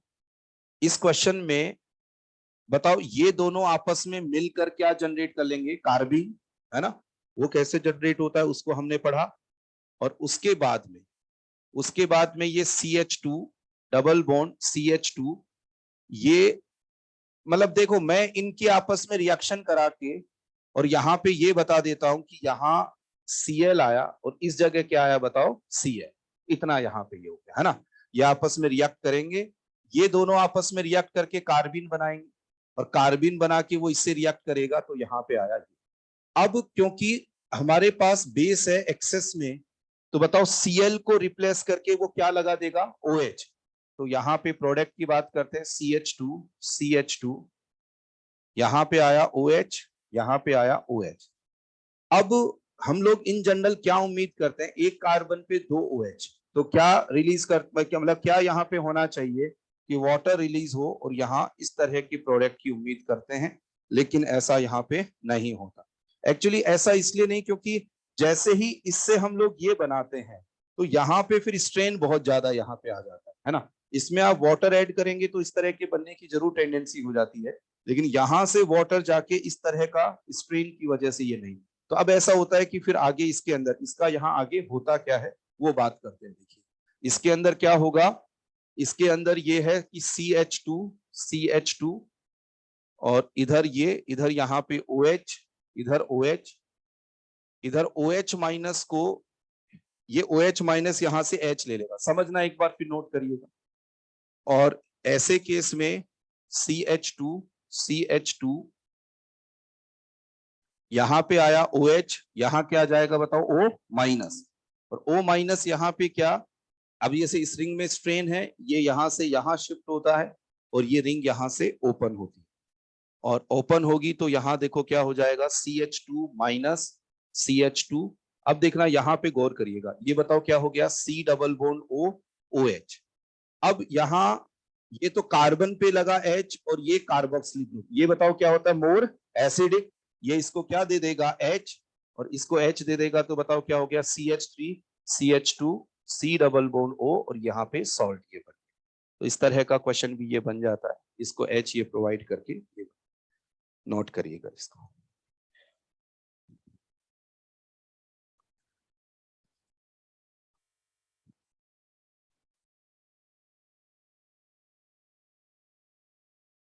ठीक है, वहां पे आप एक कार्बन पे 2 OH है, लेकिन वाटर रिलीज होकर ये फाइनल प्रोडक्ट नहीं बनता है क्योंकि यहाँ स्ट्रेन आता है। तो इस तरीके से अब ये बहुत अच्छा क्वेश्चन हो गया, जैसे एक तरह से मतलब इस तरह के क्वेश्चन में फिर आपको थोड़ा प्रैक्टिस। लेकिन हाँ, ये जरूर है कि कार्बिन पे हम लोग जो ये क्वेश्चंस कर रहे हैं, यदि आप उनको थोड़ा सा कोशिश कर लेंगे तो अपने जो कंटेंट है आराम से विद इन जेईई एडवांस तक का सारा इसमें बहुत आराम से कवर।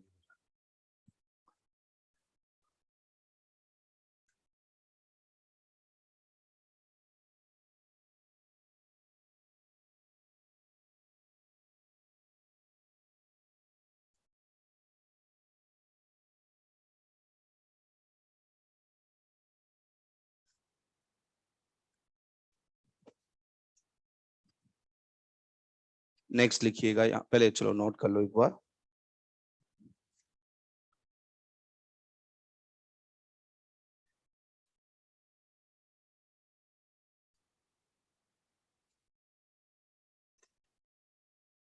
पहला रिएक्शन हमने देखा कार्बिन का अल्कोहल एसिड के साथ, दूसरा रिएक्शन हमने एल्डिहाइड कीटोन के साथ, तीसरा रिएक्शन एल्कीन पे, फोर्थ यहाँ पे वुल्फ रीअरेंज। वुल्फ रीअरेंजमेंट हमें क्या कि आगे जो रिएक्शंस पढ़ेंगे ना उनमें एक स्टेप होती है, जैसा अभी एल्डिहाइड कीटोन में हुआ था, तो बस उसके लिए थोड़ी सी बातचीत यहाँ पे इस पे करनी।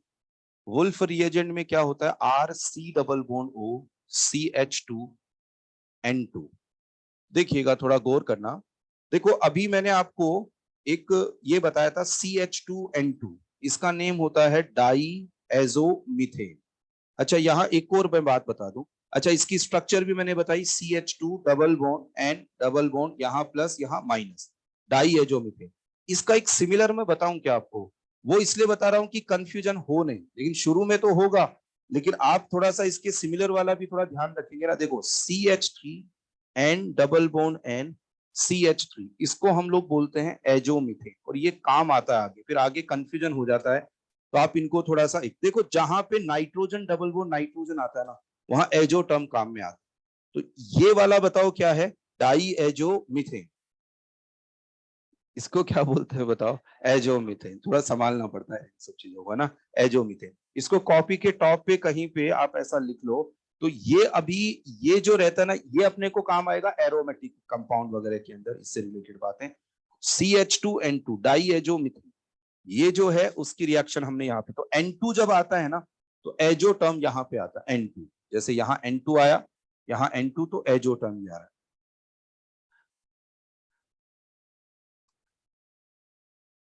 अब देखिए यहाँ पे क्या है, ये जो है ना, ये CH2N2, जैसे हम लोग यहाँ बात करें इसको, वैसे तो इसको है ना यार, CH, ये वैसे यहाँ double bond N double bond ऐसे करके रहता है, तो इसको कैसे लिखे आप, जैसे ये स्ट्रक्चर इसकी ऐसे रहती है, RC double bond O CH double bond N CH plus ये माइनस, इस तरीके से ये रहता है।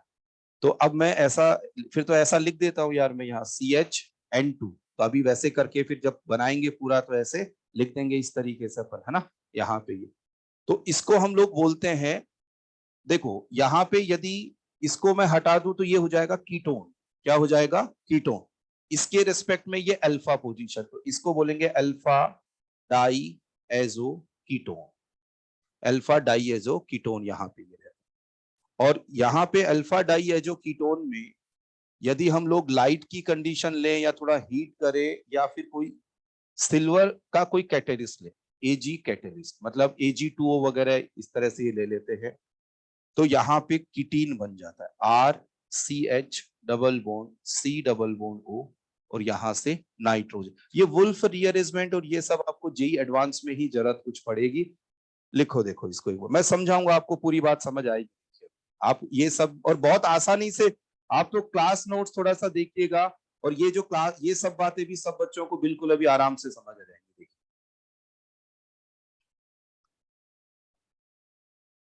अल्फा डाई है जो कीटोन, उसको हीट करें या लाइट की कंडीशंस या फिर कोई सिल्वर कैटेलिस्ट, तो यहाँ प्रोडक्ट बनेगा कीटीन।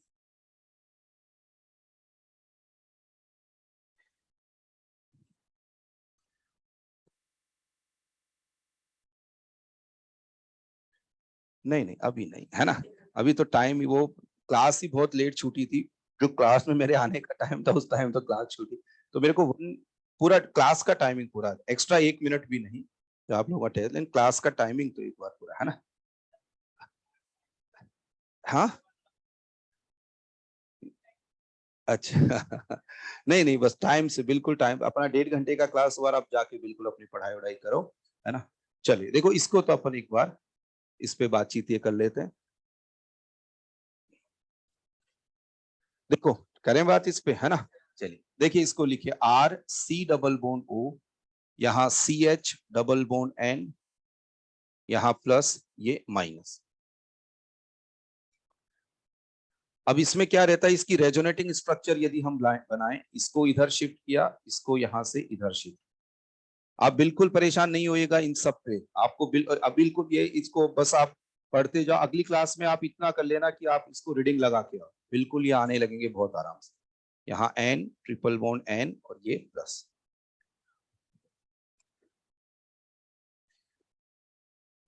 ये अल्फा डाई है जो कीटोन, इसमें इसकी रेजोनेटिंग स्ट्रक्चर। अब देखिएगा यहाँ पे ध्यान देना यार, यहाँ पे मैं इस तरह की कोई भी बात ले लूं, जो एजी वगैरह, एजी कैटेलिस्ट वगैरह, ये सब ऊपर जो लिखा है वही मैं सारा बता रहा हूं यहाँ पे। तो इस वाले केस में क्या, यहाँ एक रीअरेंजमेंट होता है। रीअरेंजमेंट क्या होता है, देखो यहाँ से N2 रिलीज होती है, तो N2 रिलीज होते हैं यहाँ कार्बिन, और कार्बिन बनने के मतलब कार्बिन बनता है, और एक मतलब दो चीजें होती है कि कार्बिन बना देन ये अल्काइल ग्रुप इधर शिफ्ट होता है। तो इसको मैं एक साथ यहाँ बता रहा हूँ कि यहाँ क्या क्या होगा। देखिए ये यहाँ से इधर शिफ्ट होगा, और इधर आने के बाद में ये अल्काइल ग्रुप यहाँ से यहाँ जाता है, और बताओ एक प्रोसेस यहाँ पे क्या होगा कि यहाँ से ये क्या रिलीज हो जाएगी N2।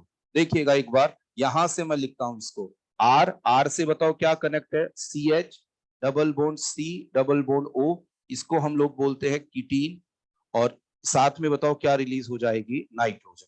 तो ये एक तरह से देखो, ये तो इसकी रेजोनेटिंग स्ट्रक्चर, और ये जो एक सिंगल स्टेप है, बताइए ये कौन सा रीअरेंजमेंट होता है, वुल्फ रीअरेंजमेंट।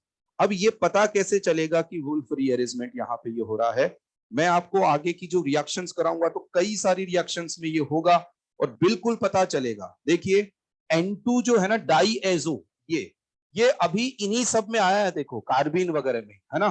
तो देखिए क्या होता है, आर सी double bond O C H T, बताओ ये क्या है, कीटोन।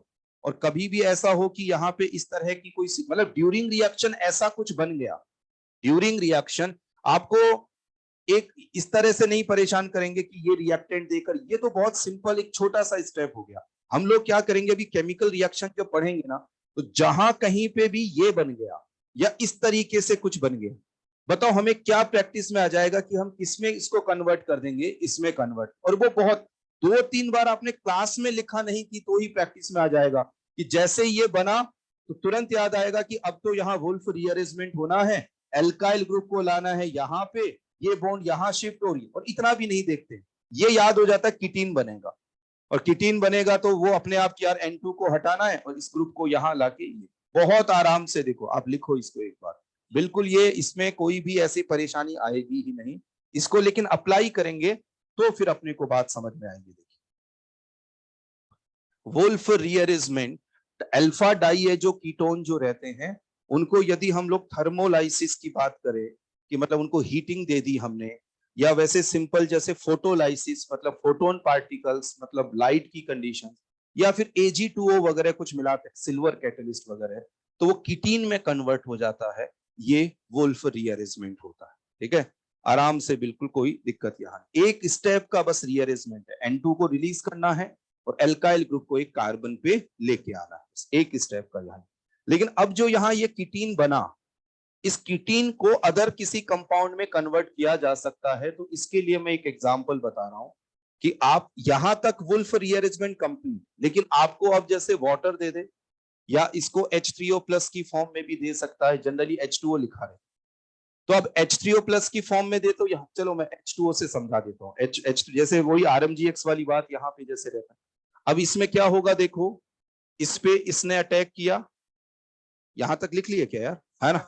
देखो ये इधर से यहां शिफ्ट हुआ और इधर से यहां शिफ्ट हुआ, तो ये हो जाएगा R C H, C H यहाँ पे पॉजिटिव चार्ज ये, और इधर बताओ क्या आ गया, ओ माइनस, फिर यहां से H प्लस हटेगा, इस पे आ जाना है R C H double bond C, यहाँ ओ एच, यहाँ पे भी बताओ क्या आ जाएगा ओ एच।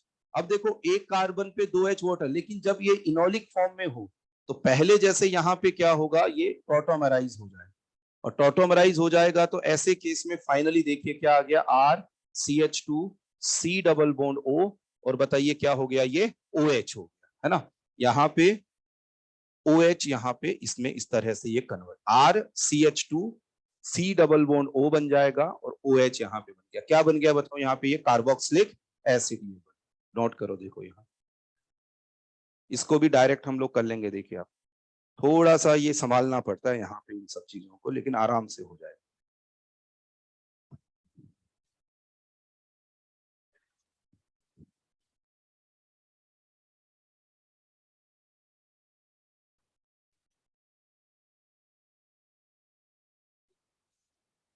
हाँ ये देख लो कुछ, हाँ ये वाला ये आप हटा दीजिए, ये बिल्कुल ये।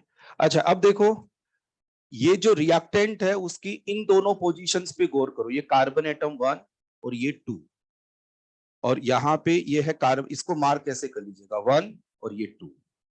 देखो बताओ H2O जब कनेक्ट हुआ, H2O उस पे रिएक्ट किया तो 1 नंबर पे बताओ क्या गया, H, और 2 पे बताओ क्या गया, OH। ऐसे ही किया ना यार, ये देखो है ना, 1 पे तो क्या गया H एंड 2 पे क्या गया OH। चलिए अब देखो इसको हम लोग डायरेक्ट थोड़ा देखेंगे कि यदि कहीं पे ये काम आएगा भाई अगले लेक्चर में, ये सब बातें, R C H double bond C double bond O, ये कीटीन, और अपने को ये सब क्वेश्चंस में उलझाए कि यहाँ H2O दे दे, H2O दे दे, ROH यहाँ दे दे, H2O हो गया, ROH, NH3 यहां दिया, RNH2 दे दिया। अब इसको हम लोग डायरेक्ट करेंगे, पहले आप इसको लिखो,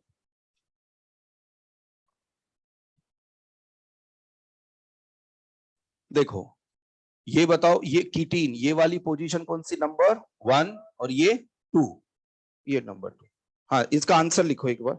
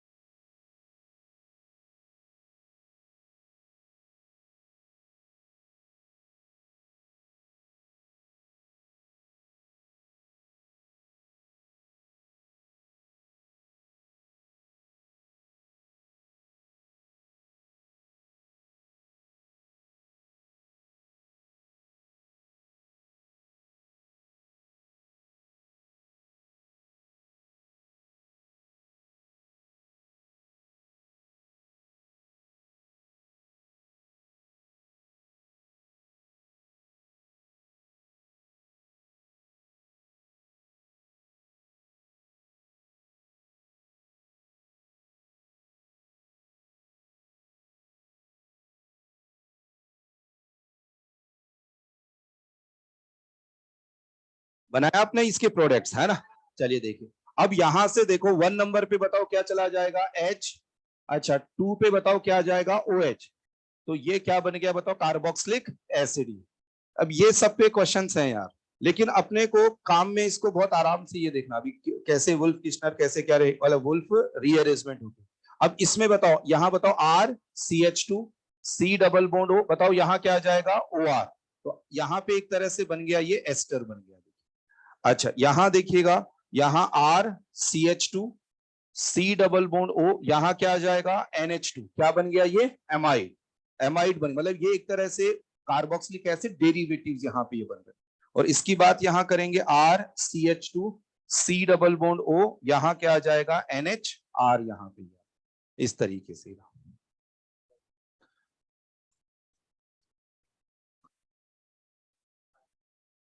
हाँ बिल्कुल बिल्कुल, एक एक बस 2-4 मिनट और फिर अच्छा चलो ठीक है ठीक है, एक एक बिल्कुल बिल्कुल आप ये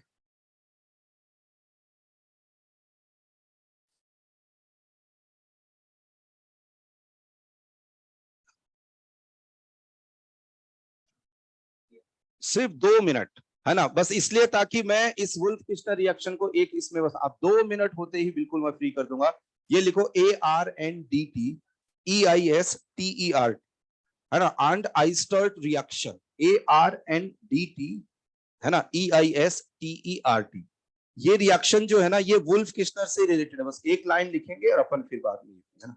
देखिए RCOOH कार्बोक्सिलिक एसिड, और यहां पे मैं ये आइसोटोपिक कार्बन मैंने स्टार लगा दिया, दैट मींस आइसोटोपिक कार्बन 14 लिख देता हूं, चलो ठीक है। अब इसकी रिएक्शन एक बार करवाई SOCl2 से, सेकंड हम लोग CH2N2 ले लें, थर्ड हमने ले लिया AgOH, और फोर्थ हमने यहाँ पे वाटर आगे मिला दिया।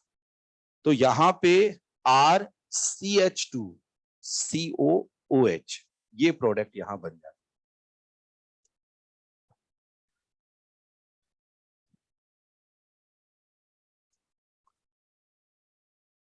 ठीक है, चलो अब देखो यहां, अब इसमें ये रिएक्शन हुई कैसे, बस उतनी सी बात अपने को यहां करनी है।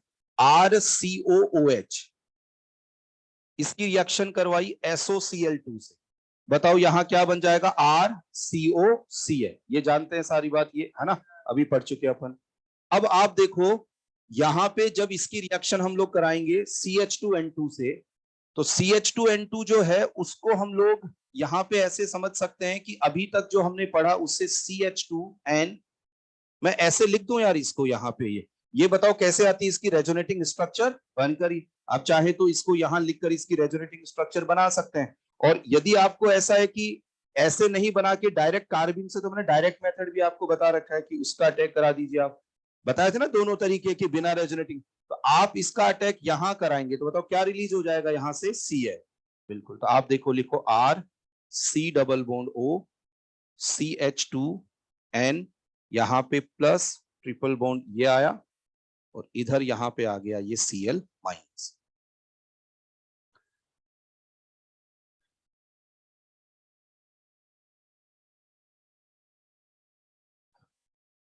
देन अब AgOH हिटिंग वगैरह भी यहाँ पे लिखा रहता है कहीं।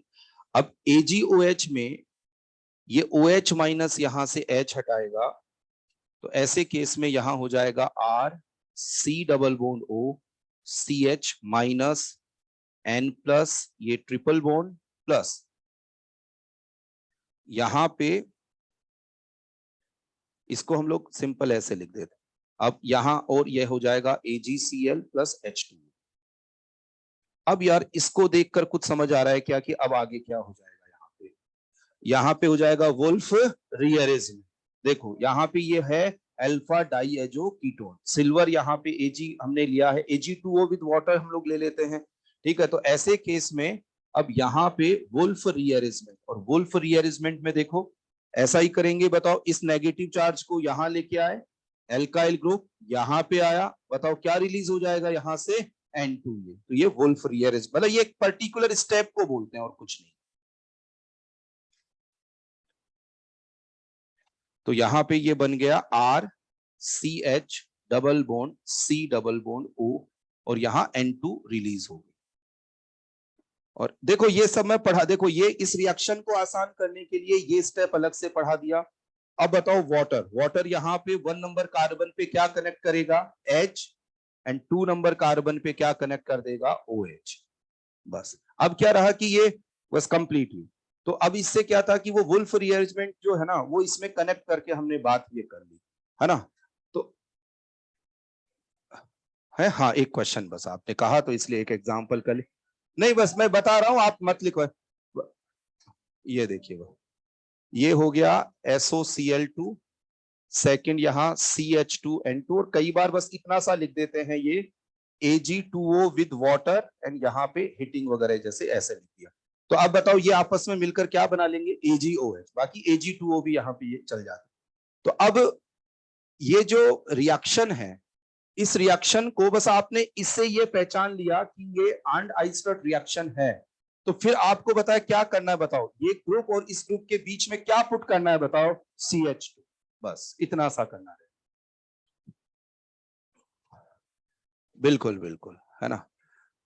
यहाँ पे ये आ गया CH2 और ये COOH यहाँ पे ये प्रोडक्ट। चलिए यार, तो हाइड्रोकार्बन्स तक आप बढ़िया से प्रिपेयर करके आप ये जाइएगा। अच्छा, अब अगली क्लास अपनी ट्यूसडे को रहेगी, है ना। जो यदि मंडे को ही रहे, मान लो शेड्यूल चेंज होता है, तब तो कोई होमवर्क वगैरह नहीं। ट्यूसडे को है तो अभी रेस तो अभी रोक रहे हैं अपन, क्योंकि अभी ये पढ़ेंगे तब चैप्टर ये कवर होगा। कार्बोनिल में अभी 20 क्वेश्चन हमने डिस्कस कर लिया, तो आप बताओ क्या करके लाना चाहेंगे आगे, यदि हाँ ओवन में तो 80 क्वेश्चन है शायद, या तो 25 रेस नहीं इधर। हाँ कार्बन S1 तो लास्ट में करें अपन, सब्जेक्टिव पहले बाकी कर लो। जेई मेन वाला देख लो कितने इसमें जेई मेन में ओवन कंप्लीट करके जेई मेन के कितने क्वेश्चन है टोटल, बताओ जेई मेन में। एक नहीं नहीं, मंडे को क्लास हुई तो कोई होमवर्क डिस्कशन नहीं होगा, है ना। 47, तो इसके 25 क्वेश्चन जेई मेन के करके आएगा। यदि ट्यूसडे को तो करके आ सकते हैं यार, ये है ना। एक्सरसाइज ओवन का 20 के बाद के क्वेश्चन प्लस जेई मेन वाला पहले ये कर लेते हैं, तो ये क्वेश्चन। चलो यार जाओ फिर, अभी आपका एग्जाम है कल।